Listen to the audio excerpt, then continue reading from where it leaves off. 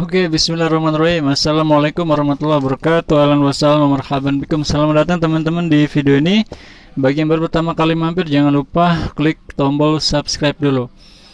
Kali ini kita akan membahas tentang ide-ide pembaharuan dari salah satu tokoh penting pembaharuan di dunia Islam, yaitu Muhammad Abduh, yang pemikirannya tersebar di berbagai wilayah, ya, bahkan sampai juga ke Indonesia. Seperti apa sih ide-ide pembaharuan beliau? Sebelum saya lanjutkan, jangan lupa klik tombol like dan subscribe dulu. Anda akan mendapatkan update video-video tentang bahasa Arab dan sejarah Islam hampir setiap hari. Oke, selamat menonton dan tonton videonya sampai habis.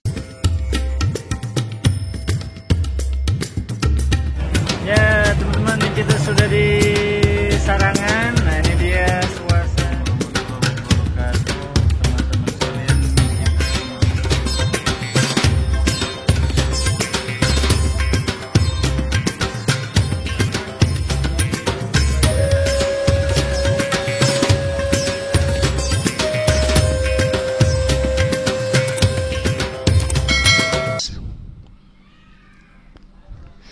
Oke teman-teman sekalian, di video sebelumnya saya sudah bahas tentang Muhammad Ali Pasha. Nah, tidak lama setelah beliau memimpin, ya, kemudian ada beberapa tokoh lain. Nah, salah satunya adalah yang akan kita bahas sekarang ini, yaitu adalah Muhammad Abduh. Nah, apa saja ide-ide pembaharuan dari Muhammad Abduh?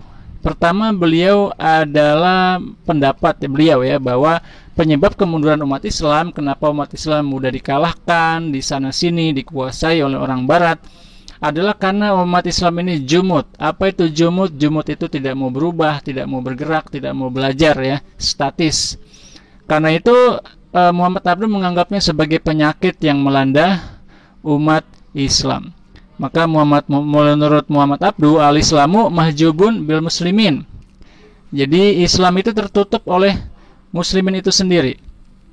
Nah, jadi umat Islam ini kemudian, jadi solusinya apa ya menurut Muhammad Abduh? Solusinya umat Islam itu harus bergerak terus, belajar terus, berkembang terus, melakukan reformasi, inovasi, kreasi, dan lain sebagainya. Nah, dan juga salah satunya adalah umat Islam harus bisa membaur dengan dunia nyata, ya, artinya harus bisa membaur dengan ilmu pengetahuan, kemudian juga dunia kewarganegaraan, ya, dunia konstitusi modern, dan lain sebagainya. Nah, kemudian sikap jumud, ya, menurut Abduh ini dibawa ke tubuh Islam oleh orang-orang yang bukan Arab, yang merampas puncak kekuasaan politik di dunia Islam. Mereka juga membawa faham animisme, tidak mementingkan pemakaian akal, jahil, dan tidak kenal ilmu pengetahuan. Rakyat dibutakan dalam ilmu pengetahuan agar tetap bodoh. Memang faktanya di masa Turki Utsmani itu gerakan ilmu pengetahuan perkembangannya kurang banyak, ya, kurang banyak. Karena itu kita melihat bahwa di masa Turki Utsmani, ya, mungkin sejak abad ke-15 sampai ke-20 itu ulama-ulamanya kebanyakan karyanya itu adalah penjelasan dan ringkasan, yaitu berputar di daerah situ. Tapi karya-karya baru yang orisinil, apalagi di bidang ilmu pengetahuan, teknologi, dunia sains, itu belum banyak muncul. Maka menurut Muhammad Abduh ini salah satu pangkal dari kekalahan umat Islam di berbagai bidang kehidupan. Kemudian masalah ijtihad. Muhammad Abduh banyak menonjolkan pemikiran Ibnu Taimiyah tentang ibadah dan muamalah, ya. Jadi beliau ada kemiripan, ya, pemikirannya dengan Ibnu Taimiyah, bahwa ajaran-ajaran yang terdapat dalam Al-Quran dan hadis bersifat tegas, jelas, dan terperinci. Sebaliknya ajaran-ajaran mengenai hidup kemasyarakatan umat hanya merupakan dasar-dasar dan prinsip umum dan tidak terperinci serta sedikit jumlahnya. Oke, oleh karena itu maka kita perlu melakukan adaptasi, penyesuaian antara ajaran itu dengan zaman kita. Maka penyesuaian dasar-dasar ini dalam situasi modern inilah yang disebut dengan ijtihad, ya. Dan pintu ijtihad belum tertutup. Dalam kitab Tarikh Hasri al-Ijtihad dikutip pendapat Abduh mengenai ijtihad sebagai berikut. Sesungguhnya kehidupan sosial manusia selalu mengalami perubahan. Selalu terdapat hal-hal baru yang belum pernah ada pada zaman sebelumnya. Ijtihad adalah jalan yang telah ada dalam syariat Islam sebagai sarana untuk menghubungkan hal-hal baru dalam kehidupan manusia dengan ilmu-ilmu Islam. Meskipun ilmu-ilmu Islam telah dibahas seluruhnya oleh para ulama terdahulu.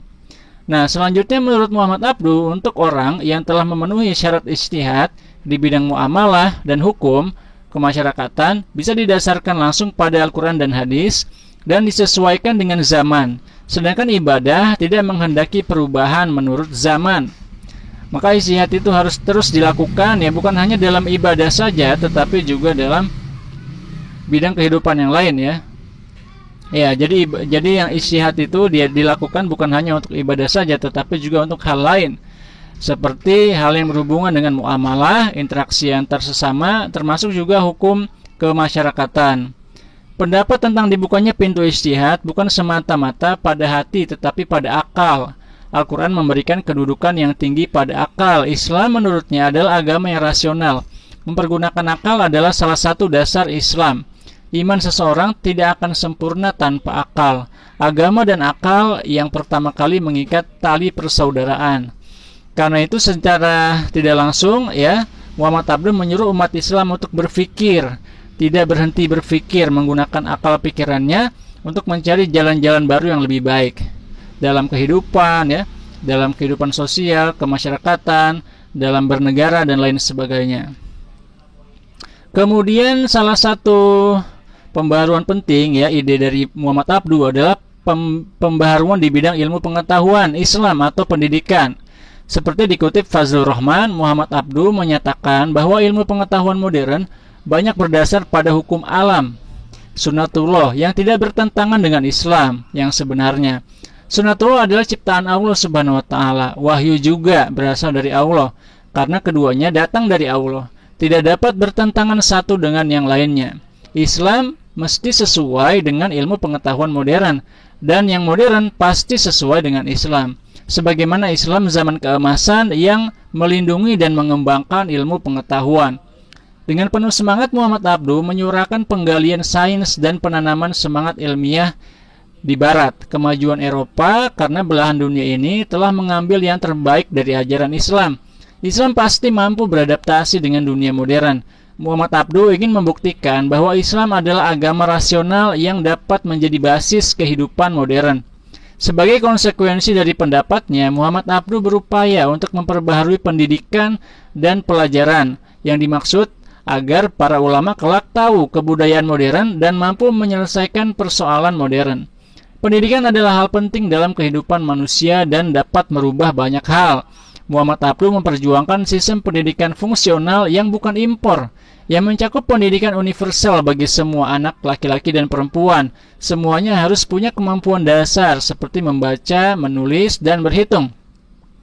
Semua juga harus mendapatkan pendidikan agama yang mengabaikan perbedaan sektarian dan menyoroti perbedaan antara Kristen dan Islam. Isi dan lama pendidikan haruslah beragam sesuai tujuan dan profesi. Muhammad Abduh percaya bahwa anak petani dan tukang harus mendapat pendidikan minimum agar mereka dapat meneruskan jejak ayah mereka. Kurikulum sekolah ini harus meliputi buku ikhtisar doktrin Islam yang berdasarkan ajaran Sunni dan tidak menyebut-nyebut perbedaan sektarian. Teks ringkas yang memaparkan secara garis besar fondasi kehidupan etika moral dan menunjukkan mana yang benar dan salah. Kemudian yang ketiga, teks ringkas sejarah kehidupan Nabi Muhammad SAW, kehidupan sahabat dan sebab-sebab kejayaan Islam. Sedangkan untuk sekolah menengah, haruslah mereka yang ingin mempelajari syariat, militer, kedokteran, atau ingin bekerja pada pemerintah. Khusus kurikulumnya harus meliputi buku yang memberikan pengantar pengetahuan seni logika, prinsip penalaran. Yang kedua, teks tentang doktrin yang menyampaikan soal-soal seperti dalil, rasional, menentukan posisi tengah dalam upaya menghindarkan konflik, pembahasan lebih rinci mengenai perbedaan antara Kristen dan Islam, dan keefektifan doktrin Islam dalam membentuk kehidupan di dunia dan akhirat. Teks yang menjelaskan mana yang benar dan salah, penggunaan nalar dan prinsip-prinsip doktrin, serta yang keempat, teks sejarah yang meliputi berbagai penaklukan dan penyebaran Islam. Adapun pendidikan yang lebih tinggi untuk guru dan kepala sekolah, dengan kurikulum yang lebih lengkap, mencakup tafsir Al-Quran, ilmu bahasa dan bahasa Arab, ilmu hadis, studi moralitas, etika, prinsip-prinsip fikih, seni berbicara dan meyakinkan, dan ketujuh teologi dan pemahaman doktrin secara rasional. Kemudian bidang keluarga dan wanita. Menurut Muhammad Abduh, pondasi penting dari masyarakat baru adalah individu. Umat terdiri dari unit-unit keluarga. Kalau unit-unit ini tidak memberikan lingkungan yang sehat dan fungsional bagi perkembangan individu di dalamnya, maka pondasi masyarakat akan runtuh. Menurut Muhammad Abduh, jika wanita memang punya kualitas pemimpin dan kualitas membuat keputusan, maka keunggulan pria tidak berlaku lagi. Muhammad Abduh juga berpendapat bahwa penyebab perpecahan atau fitnah dalam masyarakat adalah karena pria mengumbar hawa nafsunya. Oke teman-teman, itulah dia pemikiran Muhammad Abduh. Dan salah satunya yang penting lagi, Muhammad Abduh ini dia adalah salah satu pelopor berdirinya universitas modern di Mesir, yaitu Universitas Kairo, yang menggabungkan antara ilmu agama dan juga sains pada umumnya. Dan beliau juga yang melakukan pembaharuan di berbagai kurikulum, ya, terutama di kurikulum Al-Azhar dan pengajaran bahasa Arab, termasuk di pengajaran balaghah, ya. Oke teman-teman, itulah Muhammad Abduh, sosok yang sangat fenomenal, dan hingga kini kita bisa mendengar kisah-kisah beliau, ide-ide beliau yang sangat brilian, ya. Bahkan namanya sekarang diabadikan menjadi nama aula di Universitas Al-Azhar, namanya Aula Muhammad Abduh, yang sangat bagus. Oke teman-teman, itu dulu pertemuan kita di hari ini. Terima kasih Anda sudah nonton sampai habis. Jangan lupa klik tombol like dan subscribe bagi yang belum. Sampai ketemu di video selanjutnya. Wassalamualaikum warahmatullahi wabarakatuh.